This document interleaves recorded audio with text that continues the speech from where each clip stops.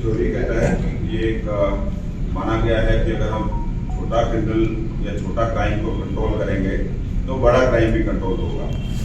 और आप सभी जानते हैं कि पिछले कुछ दिनों में जो 2 वारदातें हुई 2 दिन, जिसमें से एक जो वारदात हुई नांगलोई में पहले और फिर अलीपुर में, तो एक दिन वाली वारदात जो 2 वारदातें थी वो वर्कआउट कर ली गई हैं और तीसरा मुलजिम भी गिरफ्तार कर लिया गया है।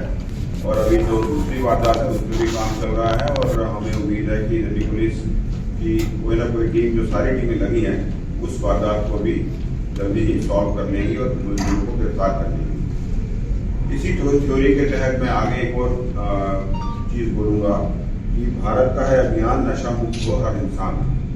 तो ये दोनों थ्योरी को हम लोगों ने कंबाइन करके ये प्लान किया कि जो सीरियस क्राइम दिल्ली में हो रहे हैं या पिछले कुछ दिनों में हुए हैं, उसके कारण एक जो माहौल बना है उसको कंट्रोल करने के लिए हम लोग एक ऑपरेशन चलाएं और उस ऑपरेशन को पुराने ऑपरेशन के तहत ही सबसेट की तरह उसको यूज करें। जो पुराने हम ऑपरेशन चला रहे थे, आप सभी जानते हैं कि पिछले साल हमने 4 ऑपरेशन कवच चलाए थे और 5वां कवच ऑपरेशन कवच 5.0 हमने 31 अगस्त को चलाया था। तो इसी चीज को ध्यान में रखते हुए एक लार्जर स्पेक्ट्रम को लेकर हमने कवच 6.0 चलाया और कवच 6.0 का मेन टारगेट था कि हम दिल्ली में क्राइम की प्रिवेंशन को मैक्सिमम एफर्ट पर लेके जाएं।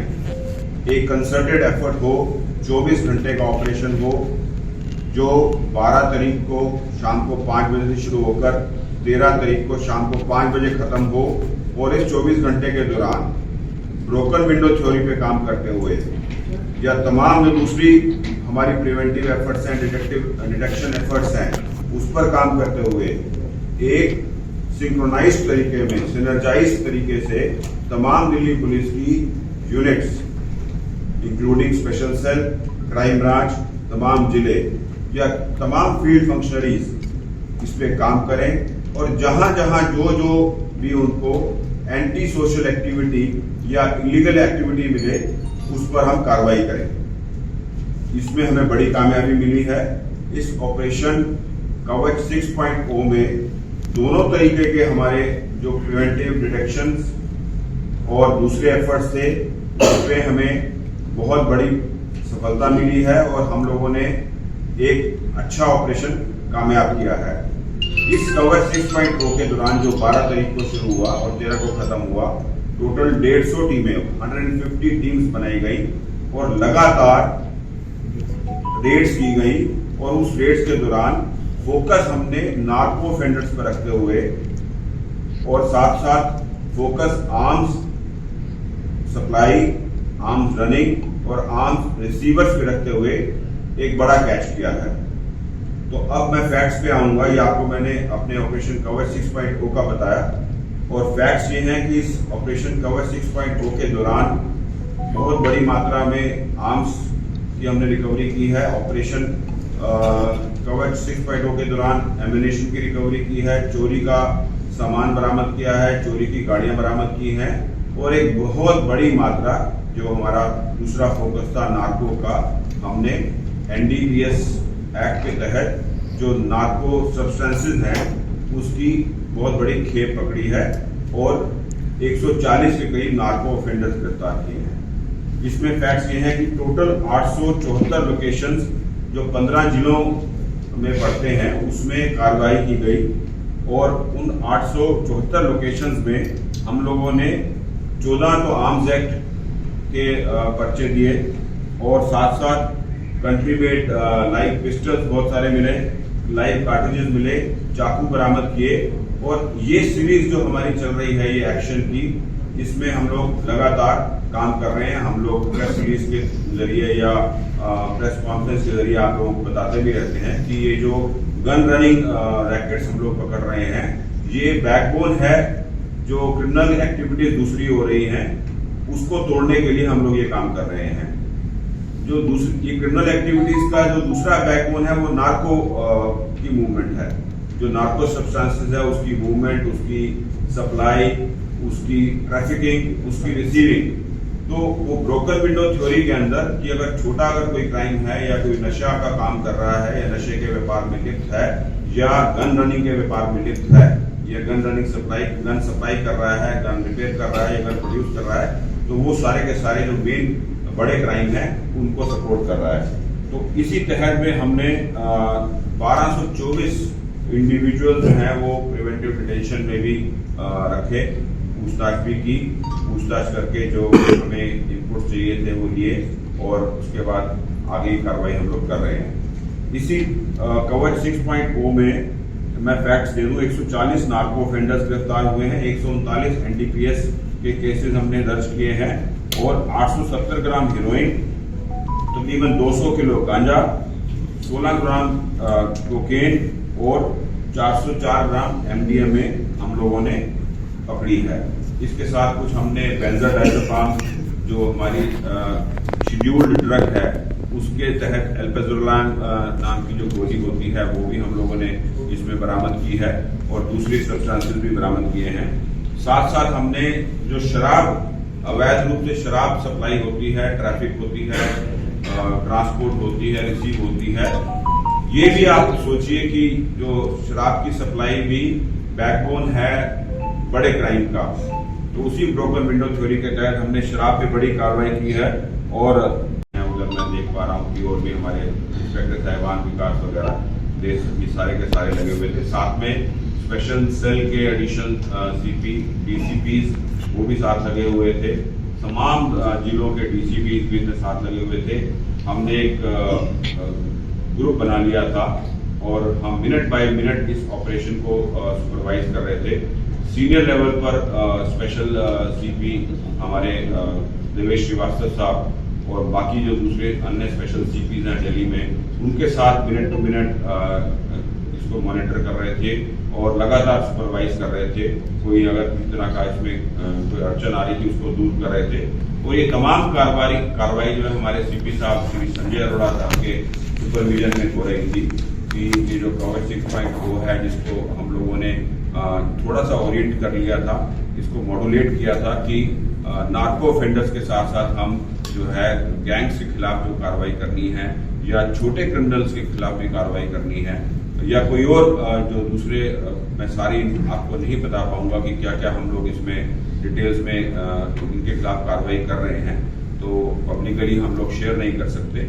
लेकिन मुद्दा मेन वही था ताकि दिल्ली जो है सिटी शांत रहे, इसमें कोई एंटी सोशल एक्टिविटी ना हो और ना ही कोई ऐसा इलीगल कार्रवाई हो। तो इसके ऑपरेशन कवच 6.0 के कुछ 5-6 ऑपरेशन जो इम्पोर्टेंट वाले हैं वो मैं आपके साथ शेयर करता हूँ।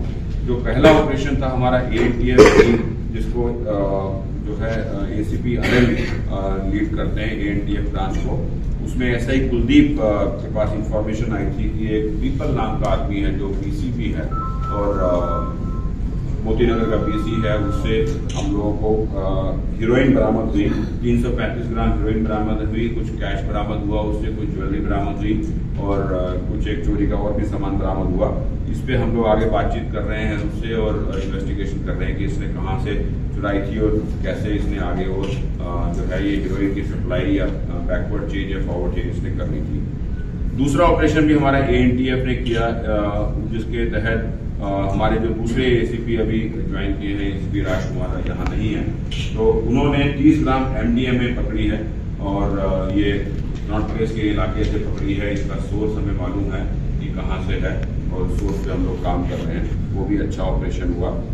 तीसरा जो ऑपरेशन हुआ वो NR1, जिसको DCP सतीश जो अभी नहीं है और ACP विवेक त्यागी लीड करते हैं। इन्होंने 2 एक्यूज पकड़े और तकरीबन 172 किलो गांजा पकड़ा एक डेपों के अंदर और ये भी गिरफ्तार कर लिए दोनों लोग और ACP विवेक त्यागी की टीम इस पर काम कर रही है आगे और फर्दर इसमें हम लोग इन्वेस्टिगेशन जारी रखेंगे। इसमें संजय कौशिक इंस्पेक्टर इन्वॉल्व रहे। साथ में चौथा जो ऑपरेशन हुआ वो WR1 का हुआ, जिसमें ACP अजय गुप्ता है। उन्होंने जो है अभी बड़ा ही एक शेड्यूल्ड ड्रग जो है बेंजोडाइज़ेपाम किसी ऐसी जगह से जहाँ से नहीं निकलनी चाहिए बाहर, वो उसको पकड़ा है और उस पर हम लोग कार्रवाई कर रहे हैं। 2-2.5 लाख की वो दवाई है और ऐसी जगह से निकली है जहाँ से नहीं निकलनी चाहिए थी और समाज में जा रही थी, तो उस पर भी हम लोगों को जो है बड़ी अच्छी कामयाबी मिली है। इसको भी आगे हम काम करेंगे। पांचवा ऑपरेशन जो मैं मेंशन करना चाहूँगा कि एंटी नार्कोटिक स्क्वाड जो साउथ ईस्ट का है, उन्होंने बड़ी मात्रा में 404 ग्राम जो है MDMA पकड़ी है। ये कमर्शियल क्वांटिटी है और जो है साथ में उन्होंने कैश में बरामद किया है। ट्रक पेडलर को भी गिरफ्तार किया है। छठा ऑपरेशन जो है मैं आपको बताऊं, ये आउटर नॉर्थ के जो नार्कोटिक सेल है उन्होंने किया और एक नीलोफर एलियस नीलो को गिरफ्तार किया जो 260 ग्राम हीरोइन जिससे बरामद की। और आउटर नॉर्थ में साथ साथ उन्होंने एक्साइज में भी काफ़ी अरेस्ट की है और काफ़ी बड़ी मात्रा में इलिसिट लीकर उन्होंने बरामद की है। आर्म्स एक्ट के उन्होंने काफ़ी अच्छा एक्शन किया है और काफ़ी रिकवरी और काफ़ी जो गन रनर्स हैं जो या आर्म्स सप्लायर्स हैं या जिनके पास आर्म्स है इलीगल रूप से पजेस किया हुआ, वो उन्होंने गिरफ्तार किया है। चोरी की गाड़ियां भी उन लोगों ने गिरफ्तार की हैं और साथ साथ जो मैंने आपको पहले बताया कि कोकता के तहत हम लोगों ने 44 ऐसी वायलेटर्स को चलान किया या फाइन किया जो 100 मीटर्स ऑफ द इंस्टीट्यूशन जो सेल या प्रोवाइड करा रहे थे स्मोकिंग प्रोडक्ट्स को। तो समअप करते हुए ऑपरेशन 6.0 जो है वो एक कामयाब ऑपरेशन रहा। हमारे CP सर संजय अरोड़ा साहब और स्पेशल CP देवेश श्रीवास्तव साहब की सुपरविजन में, और इसको हमने थोड़ा ट्वीक किया। मेन जो हम लोग पहले जो नार्को पे काम करते थे, नार्को ऑफेंडर्स गिरफ्तार करते थे, नार्को सब्सटेंस को बरामद करते थे, इसको हमने मॉड्यूलेट करके थोड़ा इसकी वेवलेंथ को हम जिसे कह सकते हैं चेंज किया और साथ साथ हमने 1300 से ऊपर प्रिवेंटिव डिटेंशन किए और बड़ी मात्रा में आर्म्स हथियार के खिलाफ काम किया और बड़ी मात्रा में हमने शराब इलिसिट शराब के ऊपर काम किया। और जो दूसरी कार्रवाई हम लोगों को जो दूसरी फायरिंग इंसिडेंट तो एक दो बचे हुए हैं, उस पर भी हमारा एफर्ट जारी है, उस पर भी हम लोग लगातार एफर्ट कर रहे हैं।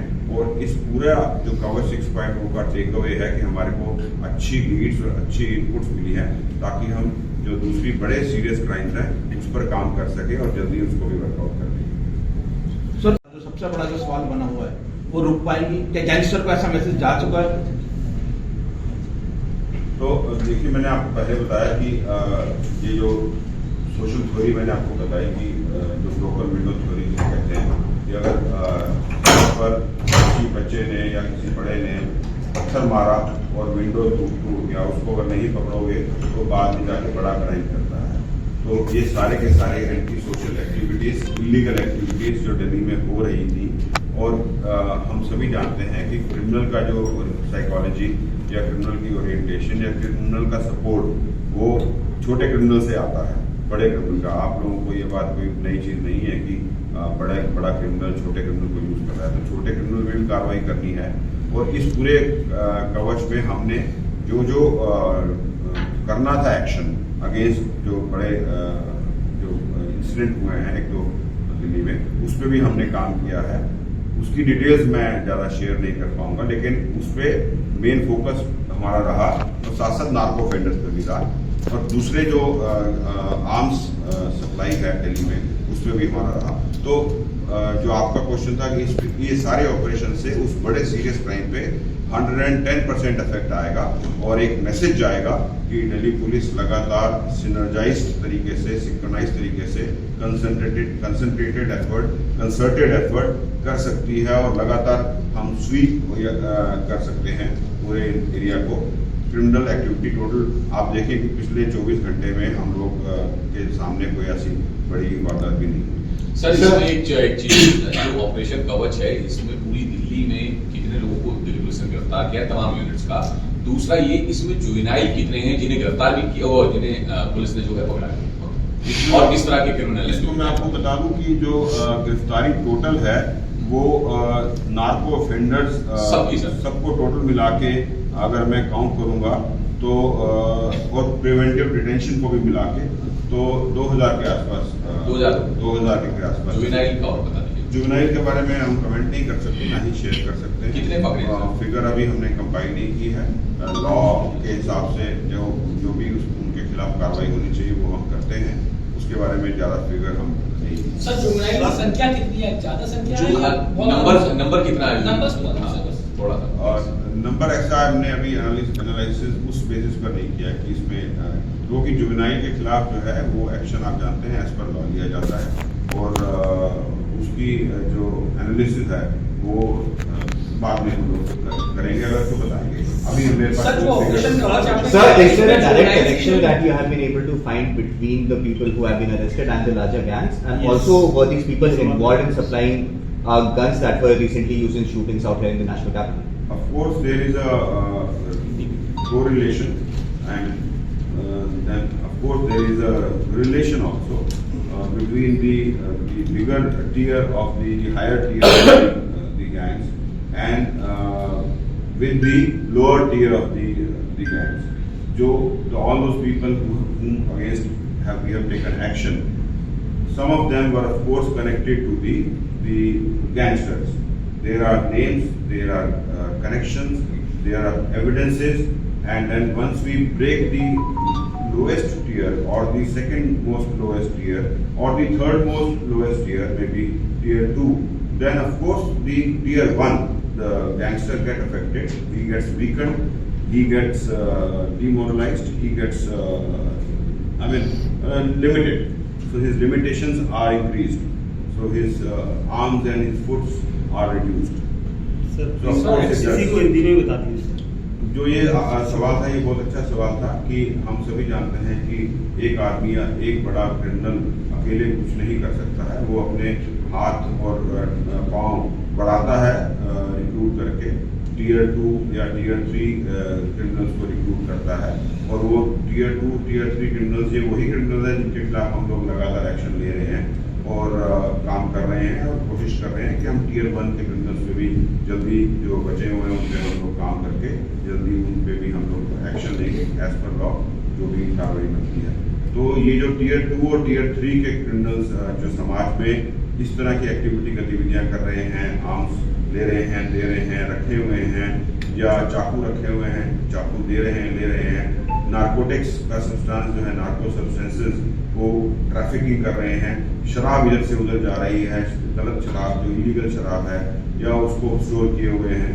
तो ये सारे वही लोग हैं जो एक वो जो क्रिमिनल्स का जो इसे कहते हैं कि एक पूल है वो उसी का वो कॉमन है और उसको हमने बस्ट किया है। बड़ी कामयाबी हम लोगों को जैसे बताया टोटल मिला के जो डिटेंशन है और अरेस्ट है 2000 के करीब होगी। तो तकरीबन उस पर हमारा जो है काम करने के बाद बड़े क्रिमिनल पे जरूर इफेक्ट आएगा। सर व्यापारी वर्ग को जो है ना जैसे एक्सटॉर्शन की कॉल करते हैं उसमें भी आपके ऑपरेशन में शामिल है कुछ जो पकड़े गए? बिल्कुल सारी एक साथ मैंने बताया ना कि हमने ऑपरेशन कवच 6.0 को थोड़ा मॉड्यूलेट करके हमने वो जो बड़ी कार्रवाई जो गैंगस्टर्स के खिलाफ करनी है हमारे को जो आदेश मिले हैं, हमने जो प्लानिंग की है, स्ट्रेटजी बनाई है, तो स्ट्रेटजीज के तहत सारी स्ट्रेटजीज मैं यहाँ डिस्क्लोज भी नहीं कर सकता, वो हम लोगों ने किया है और हमें उम्मीद है कि इस ऑपरेशन कवच 6.0 के बाद बहुत बड़ा इम्पैक्ट जो एक नार्को जो मूवमेंट है दिल्ली के अंदर उस पर आएगा और बहुत बड़ा इम्पैक्ट नार्को कंजम्पशन पे भी आएगा और सप्लाई पे भी आएगा और काफी बड़ा इम्पैक्ट जो है वो जो illegal activities, criminal activities in terms of जैसे आपने कहा एक्सटॉर्शन या कुछ और एक्टिविटीज जो हो रही हैं, जो ट्रेडिशनल क्राइम जिसको हम बोलते हैं, उस पर जरूर आएगा। सर जो गिरफ्तारियां हुई हैं या जो डिटेंशन हुई है, जितने आपने क्रिमिनल्स पकड़े हैं, किस गैंग से ताल्लुक, किसी गैंगस्टर का नाम कितने शूटर्स को आपने पकड़ा है और किस किस गैंग से ताल्लुक रखते हैं? अभी हम राजू ये डिटेल हम नहीं शेयर कर सकते। हमारे पास जो हमने कार्रवाई की है ऑपरेशन 6.0 में उसको हमारे पास डिटेल्स हैं, हमारे पास वो कनेक्शंस भी इस्टेब्लिश्ड हैं और उनसे कनेक्टेड लोग भी हम लोगों ने